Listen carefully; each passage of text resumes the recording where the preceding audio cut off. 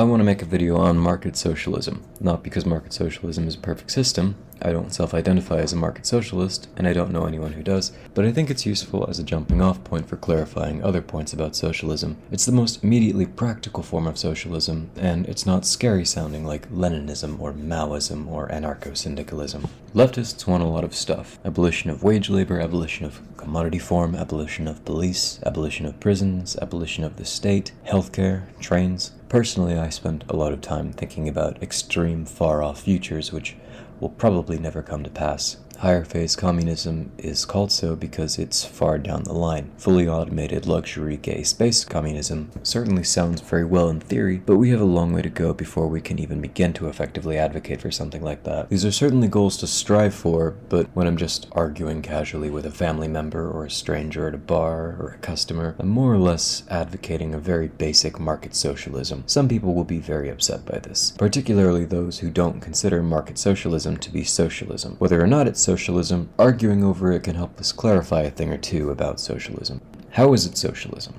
To answer that, it is helpful to go back and ask what capitalism is, which many people are also confused about, partly due to a propaganda campaign, but also because any definition will implicitly leave out qualities that aren't part of that definition but feel like they should be. People associate capitalism with money and the market, but Google defines capitalism as an economic and political system in which a country's trade and industry are controlled by private owners for profit. This is a good definition. It's very in line with what Marxists have in mind when we critique capitalism, but it makes no mention of money and only a vague mention of markets. On the flip side, most major socialist societies made use of money and markets as well. The Soviet Union had its own currency, as does China, and both are involved in markets. Of course, the Soviet Union did engage in centralization of many industries, but this never meant abolition of the market as a whole, at least not before the Soviet Union collapsed. Now, neither China nor any state along the Soviet bloc were ever considered explicitly market socialist. Both states early on were far more radical than market socialism, but they still relied heavily on markets, and they were still socialist, at least nominally. So, socialism doesn't necessarily mean abolition of the market, and having a market doesn't necessarily imply capitalism. The main gist of capitalism, at least according to Google, is private ownership of the means of production. This is not a perfect definition. It doesn't seem to account for how capitalism is different from mercantilism under feudalism, for example, but it's sufficient to contrast with socialism. If capitalism is private ownership of the means of production, then the most general definition of socialism is public or worker ownership of the means of production. This is the part where a right-winger will say, yeah, but how are you going to do that? Then 30 seconds later, the only way you could would be for the government to take everything. Then they'd start going off about some British author who they've never read, but really should. He's excellent. And socialist. And people only ever pretend to read these two books, but they should also pretend to read this one, and this one, and this one.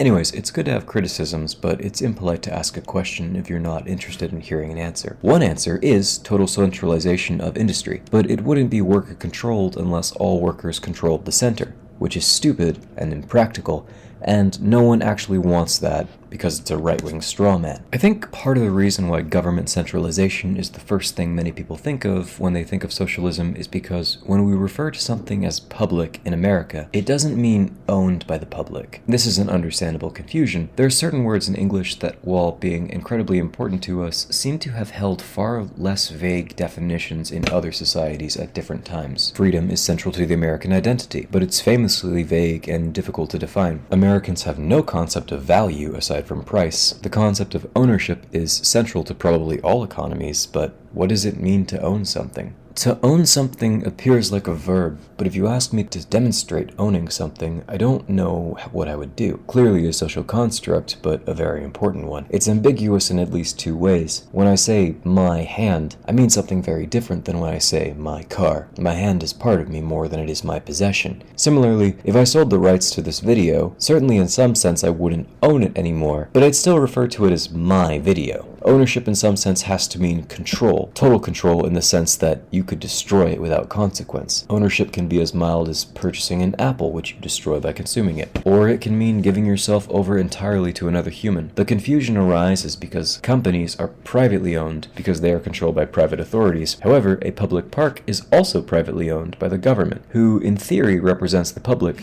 but this is not the same as being owned by the public. But this is a topic for another video. Often when right-wingers criticize centralization in the state, it's because they implicitly understand that centralization is not the same as worker ownership, even if they don't phrase it that way. They then assume that because this is the only way socialism can be implemented, socialism is bound to fail. But there are other methods of implementing socialism. Market socialism is exactly what it sounds like. Socialism within a market framework. All socialist countries incorporated elements of market socialism, but as a thing all its own, it wouldn't be too far off from our current society. We'd still have businesses and trade and money. The only difference is employees would run the businesses. And we do this already in America, but on an extremely microscopic scale. If you have a girlfriend who likes honey and locally grown produce, chances are you've experienced market socialism. Farmers markets, because they're small and don't last long, face less regulation than normal businesses and tend towards something similar to what I'm talking about. Here there are no wages. The person who ground the shitty little knife from a wrench she found on the side of the road is the same person who sells it to you directly and keeps all the profits you gave him. He has no boss, no quota to meet. He answers to no one but himself and his consumer. Usually he isn't even taxed. In place of employers and employees, it's common to see families camped out, selling homemade goods like soaps and various preserves. The money they earn probably isn't equally distributed to each family member, but more or less comes back to them. It's certainly better than a system of wages, and family members, even children, often have more of a say in family affairs than an employee does in business affairs. Of course, nuclear families are small and hierarchical. A more effective unit of organizing would be worker cooperatives, but more on that later. Because of the direct interaction between producer and consumer, there is a much more personal, community-oriented feeling about the whole situation. The power of bargaining is restored. It's a far more relaxed atmosphere because, most importantly, there really aren't any bosses. Everything is run by the workers themselves. Imagine if the entire economy was like this. There would still be Walmarts and Subways and Starbuckses. On the surface level, it would appear as if nothing had changed. People would go to work to make money and leave to spend the money just like we do now. But workplaces would be managed not by a central authority, but by the people who work there themselves. Many people are confused by this, but there are a number of ways this can be done, all which essentially involve introducing direct democracy into the workplace. And this isn't just a fantasy. Many businesses in our own time are worker cooperatives. Probably the most famous one is Mondragon, which is based in Spain and currently employs around 81,000 people, all of whom have a direct say in management. This means they control the company's activities as well as how it handles its finances, which is why the CEO of Mondragon only makes 3 times as much as its janitors do, who, via the magic of economic democracy, have just as much a say as he does. In a market socialist economy, all businesses would be run like this. Although this is barely different from our current system, a few things would immediately result. Firstly, there would no longer be any capitalist class. The capitalist class consists of those who purchase other people's labor power to use for themselves, but under market socialism, workers control this in common. Secondly, brands would start to break down. A brand is not just a label for a company. It serves to distance the consumer from the producer and to distract them from the reality that a living person is behind it all. Under market socialism, there is no need to uphold this, so it will fall away. Similarly, brands that are spread out across the country and standardized will start to become dissimilar from each other. Currently, I can order Starbucks in Oregon or Hawaii, and it will be the same standardized product, because workers are entirely left out of and restricted from the creative process. As workers become empowered, it's likely that every Starbucks will have slightly different products until they become completely different stores. Thirdly, and most obviously, and probably most controversially, all the workers, which would effectively be everyone at this point, would be more well off, because no third party would exist to siphon surplus value away from the producers. So far, this all sounds pretty good, so why do many leftists dislike it? Well, first and foremost, market socialism, while it abolishes class antagonism, does not abolish the commodity form. In Part 1 of Capital, Marx explains that a commodity cannot be understood just like any other object. Its existence presupposes human labor coagulated into an object and expressed as price and utility. It only exists via this contradiction. It's only a use value when it's not an exchange value.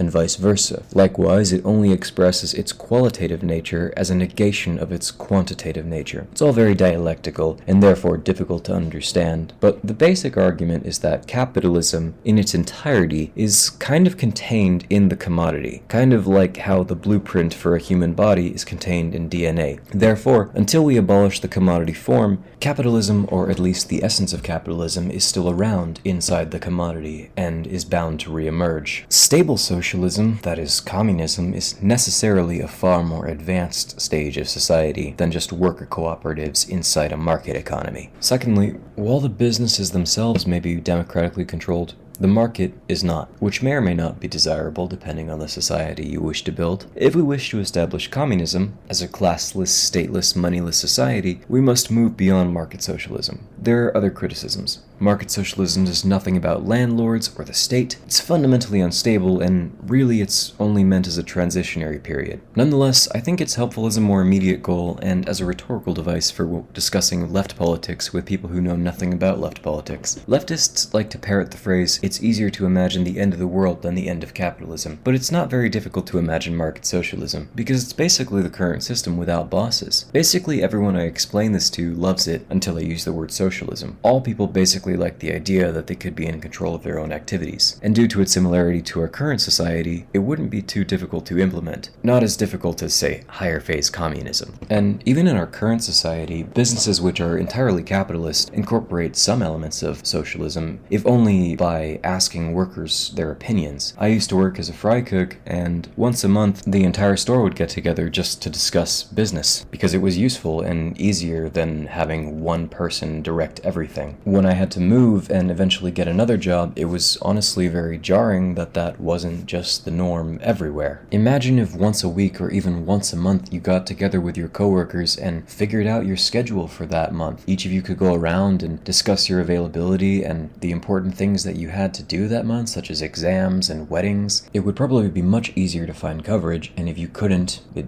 wouldn't matter. The thing that keeps drawing me back to socialism is that I don't think that's a radical idea. Anyways, I hope you found something helpful here. Here's to abolishing wage labor in the new year. Thank you.